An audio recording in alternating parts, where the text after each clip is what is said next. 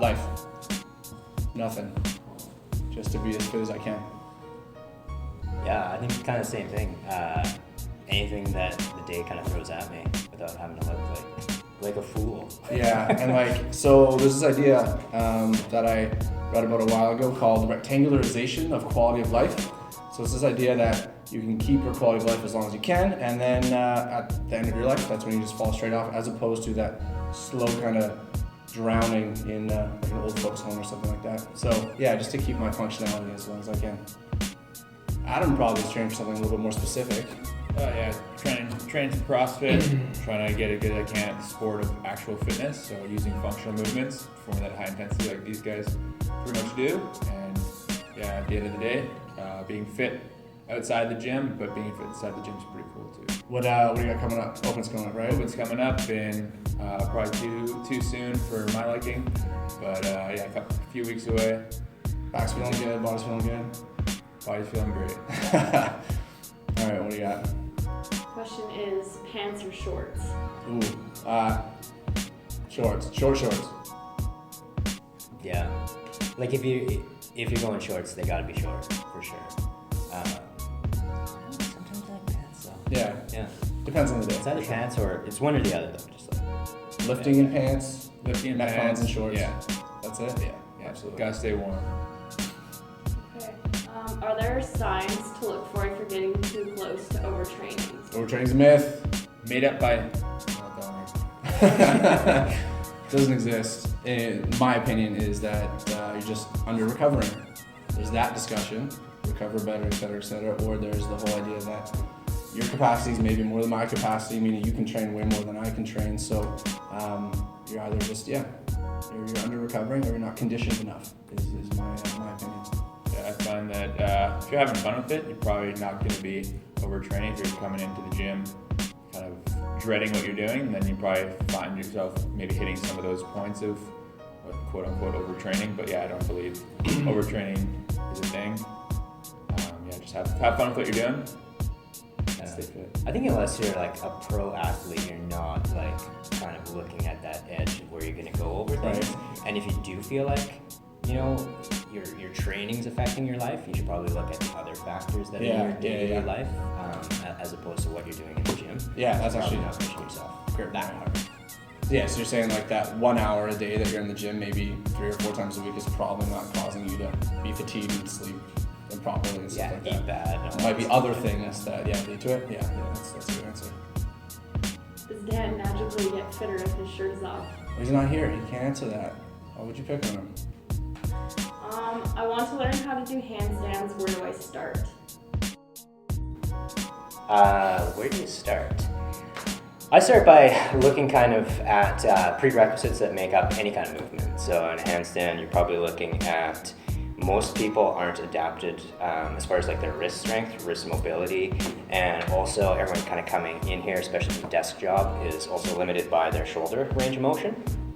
So before you get into the specifics of any movement, I think it's pretty good to cover those kind of just physical prerequisites first.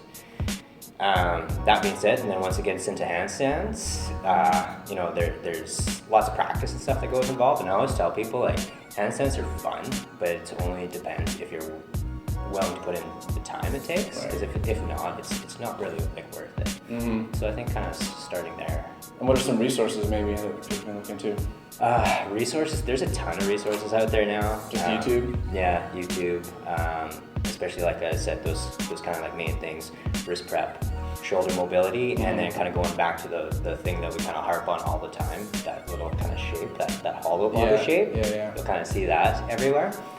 So those are kind of three areas to kind of start with. What are there specific coaches in your mind that maybe you look at? Yeah. No, Carl Powley for me, and then CrossFit / gymnastics kind of setting is always good. Yeah, and I find even their Instagram right now, like the CrossFit gymnastics is really good, and Power Monkey Fitness. Yeah. So just looking at those drills, so you're going to be doing like a lot of drills before you ever step away from the wall and just like out here, like on the floor, 3D environment. It's just kind of too much. So kind of just find different types of drills and stuff that you can kind of throw in first, I think. Right. What do you got? Are hot tubs good or bad for muscle recovery? I don't know. I don't know if there is some real science there. I mean, it's warm, it's comfy, makes me feel better. But yeah, I don't know if I can talk on any real science. Yeah, I don't know the science behind it. For me, I try to stay away from them, especially kind of between training sessions. Like maybe if I head into a rest day, just looking to relax, hop in one. But I find I kind of put my body to sleep. So if I'm going into an intense training session, I'm not trying to get that last minute recovery in. Just trying to kind of Right. There's that idea of like contrast is like Yeah. popular with sports and recovery, but like, is there really anything yeah. backing that up? I prefer like ice is probably ice baths kind of what I prefer for Right. recovery over a hot tub. That's my personal opinion and what I found to work best for me. I'm sure like everyone's probably a bit different. They might. I think you might have nailed it though. Like it's, we can't speak on any specific things that are happening to the body with contrast, heat, cold, whatever. But I think with the hot tub, it kind of is not arousing you. I think it's maybe setting you up for recovery, just maybe mentally, kind of relaxing you, putting you in a kind of relaxing spot. That's about all I can kind of talk on for that. Yeah, I think there's that one lady, and it's probably similar. I think her name's Rhonda Patrick. Yeah. So she does. I think she's been on like Joe Rogan, Tim Ferriss, and stuff like that. And she has some research and stuff. I think for saunas. Right. As far as Yeah. And recovery. I'm not sure, but if anyone's interested, check that out. All right. I do remember her talking about that. What else? How many cheat days do each of you have in a week? Oof. How many days are there in a week? Yeah, I wouldn't say I have a full day kind of designated to cheating.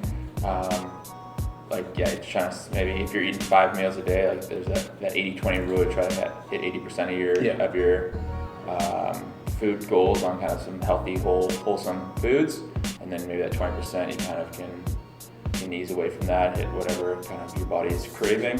I find that kind of keeps you honest as well as keeps you kind of fit, but not kind of in that sluggish state. And you're not obsessed with your diet, it doesn't drive you nuts, you're not going to fall off. 80-20 rule is a good point.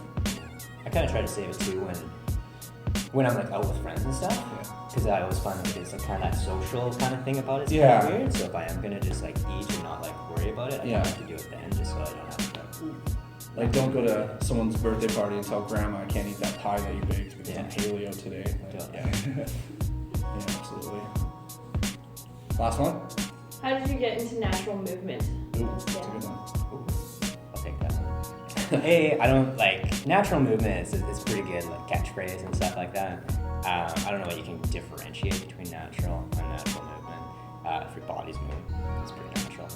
But I think what it kind of gets into is kind of looking at that general movement capacity. So before we kind of like specialize into things, like what would somebody say, even just like outside. You don't even have to go back to caveman days, but what do we need to kind of just basically like move our body and kind of survive outside? So you look at things like running, jumping, climbing, swimming, throwing.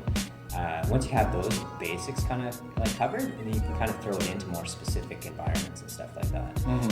Because you're not just a natural movement guy.